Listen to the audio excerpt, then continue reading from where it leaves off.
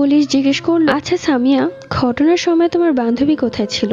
সামিয়া চুপ করে রইল। আমি তখন তাড়াতাড়ি বলে ফেললাম, আমি তো স্কুলে ছিলাম। সামিয়া তখন আমার দিকে তাকিয়ে মুচকি হাসলো। পুলিশ তখন সামিয়াকে জিজ্ঞেস করলো, কি ব্যাপার সামিয়া, ঘটনার সময় কি তুমি একাই ছিলে? সামিয়া তখন আমার দিকে তাকিয়ে বলল, হ্যাঁ আমি একাই ছিলাম, আমার সাথে কেউ ছিল না। আচ্ছা, যে তোমাকে এসিড নিক্ষেপ করেছে তাকে কি তুমি চেনো? হ্যাঁ আমি চিনি, সে ছেলেটা আমাকে অনেকদিন ধরে ডিস্টার্ব করছিল। এবার পুলিশ আমার দিকে তাকালেন আর বললেন, কি ব্যাপার তৃপ্তি, তুমি তো বলনি কোনো ছেলে সামিয়াকে ডিস্টার্ব করতো। আমি তখন বলে উঠি, আসলে আমি জানতাম না, সামিয়া তো এই বিষয়ে আমাকে কখনো কিছু বলেইনি। সামিয়া তখন আমার মুখের দিকে তাকিয়ে আবারও মুচকি হাসলো আর বলল, হ্যাঁ ও সত্যি বলেছে, ও আসলে কিছুই জানে না। আর দয়া করে আপনি এসবের মধ্যে আমার বেস্ট ফ্রেন্ডকে জড়াবেন না, এতে ওর কোনো দোষ নেই, ওকে এবার যেতে দিন। এরপর তড়িহড়ি করে সেই ঝামেলা থেকে বেরিয়েই আমি দৌড়ে বাড়িতে চলে আসি। আমি খুব ভয় পেয়ে গিয়েছিলাম।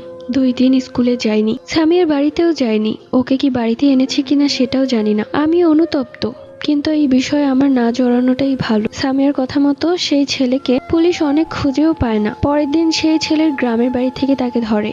এই ঘটনার 4 দিন পর একদিন সামিয়া আমাদের বাড়িতে আসে, বোরকা পরে, একদম নাক মুখ ঢেকে। ওকে দেখে আমি অবাক, কখনো ভাবতেও পারিনি এই সবকিছু ভুলেও আমাকে আবার আপন করে নিবে। আমি তখন ওকে জড়িয়ে ধরে হাউমাউ করে কাঁদতে শুরু করি এবং এক পর্যায়ে ওর পায়ে ধরে মাফ চাইতে থাকি। ও আমাকে জড়িয়ে ধরে আর একটা কথাই বলে, ভালো থাকিস আমার বেস্ট ফ্রেন্ড, তোকে খুব মিস করব।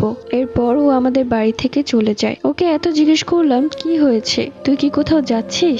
ও কিছুই বলল না, শুধু বলল ভালো থাকিস। সেই দিন সন্ধ্যায় আমার কানে খবর এলো, স্বামী আর এই দুনিয়াতে নেই, সে আত্মহত্যা করেছে গলায় ফাঁস দিয়ে। এবং ফাঁসি দেওয়ার আগে সে আমার জন্য একটা চিঠি লিখে গেছে। সেই চিঠিটা আমাকে তুষার ভাইয়া দিয়েছিল। সেই চিঠিতে লেখা ছিল, তৃপ্তি, আশা করি এখন থেকে তুই ভালো থাকবি। আমি অনেক আগে থেকেই বুঝতে পেরেছিলাম তুই আমাকে হিংসে করিস আর সে ছেলেটাকে তুই পছন্দ করিস। ছেলেটা ভালো ছিল না রে, যদি ভালো হতো তাহলে আমি নিজে তোর সাথে ওর রিলেশন করিয়ে দিতাম। আমি কখনো চাইনি তোর জীবন নষ্ট হোক, যার কারণে তোকে বলেছি সেই ছেলের থেকে দূরে থাকতে, ওকে পাত্তা দিতে না। আজ আমার এই দুনিয়া ত্যাগ করার পেছনে তুই দায়ী। আমার এখন কোনো সৌন্দর্য নেই, সব শেষ হয়ে গেছে। সেই ছেলেটাও হয়তো কোনো একটা সময় ছাড়া পেয়ে যাবে, কিন্তু আমার চেহারাটা তো আর ঠিক হবে না। সবচেয়ে বেশি কষ্ট পেয়েছি তো তোর কারণে, যখন তুই আমাকে এত কষ্ট পেতে দেখেও একটা ফোঁটা পানি দিসনি, বরং আমাকে রেখে চলে গিয়েছিস। সেই কষ্ট আমাকে আরো তিলে তিলে মেরে ফেলেছে। এমনিতে তো আমি মৃত, তুই সত্যি রে কারো বেস্ট ফ্রেন্ড হওয়ার যোগ্য না। চলে গেলাম, পারলে আমাকে মাফ করে দিস, কিন্তু আমি তোকে কখনোই মাফ করব না। ভালো থাকিস। চিঠিটা পড়ার পর একটা দীর্ঘশ্বাস ফেলে মাটিতে বসে কাঁদতে শুরু করলাম। সত্যি তো, আমি কারো বেস্ট ফ্রেন্ড হওয়ার যোগ্য না। এবং গল্পটি এখানেই শেষ।